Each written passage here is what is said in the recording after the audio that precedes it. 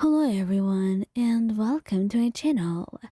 And today I will be reading a multi-character listener by me. So let's get into it. Midori Izuku. Midori was a faithful boyfriend. You always knew that about him. He was an honest person and someone who just didn't seem like the type of person to cheat. He was not that kind of man. You knew very well, and you knew just enough about him to know that he's simply not the type to do this. He loves you, and he valued love and how honest it was. So Minoru cheating seemed like an absurd idea to you. After all, why would the sweetheart ever cheat on you when he loved you so much? And when he knew that you loved him in return? And yet, it wasn't like this was something that was made up or a rumor of some sorts that you could ignore. No, it was something that you saw with your own two eyes. And it was not going to be an easy thing to deny, not in the slightest. And you knew you were hurt deeply by this, trying to just wrap your head around it, and how much it hurt you. Midoriya, why would you do this to me?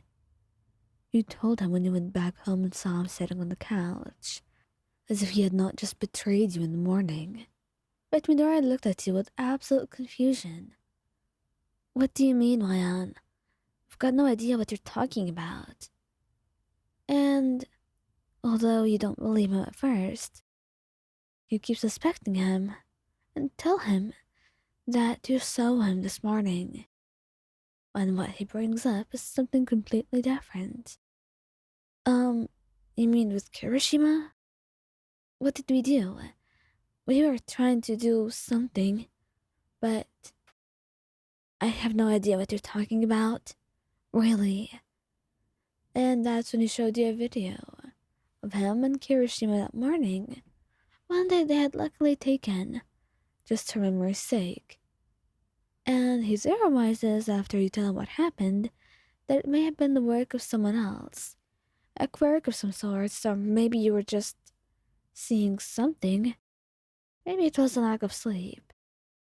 But he certainly did not cheat on you. And he gives you a kiss, telling you that he will take you on a date next day just to prove it to you how much he loves you. And you do call Kirishima behind his back, but he does confirm everything that Midoriya said, thankfully. Todoroki Shoto. Well, you were just another victim of Kami's illusions, but she wanted to play a prank on you. It just happened that she became friends with Todoroki after their lessons together, and perhaps she became a little bit more involved with you guys.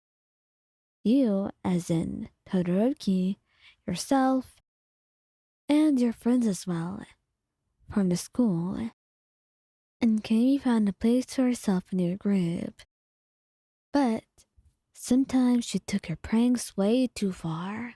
And Mina had indulged her a bit too much. Actually helped her to set up the prank.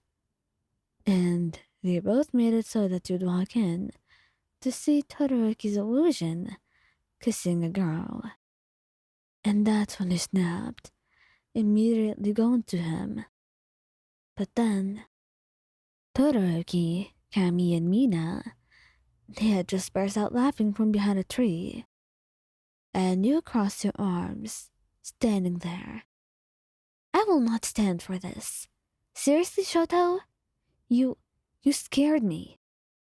But then he pouted, walking over to you and wrapping his arms around you. You really think I would kiss anyone else, Ryan? When I have you? And immediately, those words of his had you softened up, melting into his arms. No, I know you're not like that. I know you love me. I'm sorry, Shoto. I was scared. I know you were. I'm sorry, he whispered. And You truly could not be mad at him. He was too adorable to be mad at. And you loved him too much to be mad at him for just a prank. But you do tell him not to take things too far like that, because it really did scare you. And he promises you to not do that, and to perhaps try and show his love to you more often now. Bakugou Katsuki. Now, Katsuki, well, he had no excuse, to be honest. Well, he was very drunk, and perhaps that's why this happened. It was after your graduation, of course, and you were just in a party, and he thought someone else looked similar to you, and he kissed her in his drunken state, not really noticing that the two of you did not look similar at all. In fact, it made you angry, because when you saw him kiss her, you immediately pushed them away from each other. What the hell are you doing, both of you? Oh, Wyan, he said lazily, his words a bit slurred and messy, while you wrapped your arms around him, giving him a harsh scowl. What were you doing, Katsuki? I was kissing you just another moment ago. I mean, wasn't she you? You, her? You let out a frustrated sigh. Seriously, Katsuki? You're a terrible drunk. Come on, let's go home, you sharply said, grabbing him and dragging him along. And for once, Katsuki Bakugou let himself be dragged along with you until you got him in the car. And that's when he heard the sound of you crying, and it sobered him up a little bit as he looked at you, reaching out to hold your hand. You pushed him away at first, but then when he tried again, you let him and gave him a look.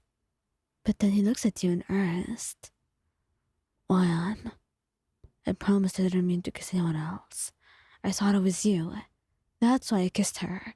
Otherwise, I would never do that. I picked you for a reason. Because I love you. So don't think I'll just go to any other girl who looks like you or just anyone else. You're important to me. And I promise next time I'll be careful when I drink. I won't drink so much. I don't want to kiss anyone else other than you. And then, after looking at him, trying to discern the truth of what he was saying, you find yourself realizing that he was being truthful with you. And you wrap your arms around him, hugging him tightly. All right then. I believe you. I love you so much. You know I do. Right, Katsu? I know that, Wyan. And I love you too. I promise.